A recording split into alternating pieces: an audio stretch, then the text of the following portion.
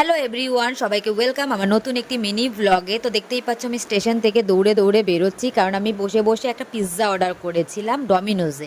কারণ আমাদের আলিপুরদুয়ারে তো ডমিনোজ নেই, তো সেরকমভাবে পিৎজা পাওয়া যায় না। তাই আমি ভাবলাম শিলিগুড়ি যেহেতু গিয়েছি, তো সেখানে কাজ টাজ সেরে স্টেশনে অনেকটা টাইম পেয়েছিলাম, তার জন্য আমি বসে বসে মোবাইল থেকে পিৎজা অর্ডার করে দিয়েছিলাম। আর এই দেখো পিৎজাটা আমার হাতে দিয়েছে, কিন্তু প্লাস্টিক দেয়নি। তো আমি বারবার জিজ্ঞেস করছিলাম যে প্লাস্টিক দিবেন না? দাদাটা বলছে কি বুঝলাম না, বলে কি প্লাস্টিকের জন্য এক্সট্রা চার্জ লাগে, ভাবো তাহলে। তো আমি বলছি ঠিক আছে দিয়ে দাও।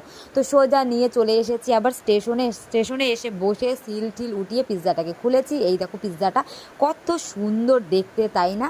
আমি এর আগে পিৎজা খেয়েছি কেকের দোকানের, তো বেশি একটা ভালো লাগেনি। তার জন্য আমি ভাবলাম যে না, একটু ডমিনোজের পিৎজাটা টেস্ট করা যাক। তো এখানে ছিল আমার পনির পিৎজাটা কিন্তু দেখতেও দারুণ, চিজটা কম ছিল বাট টেস্টি ছিল খেতে।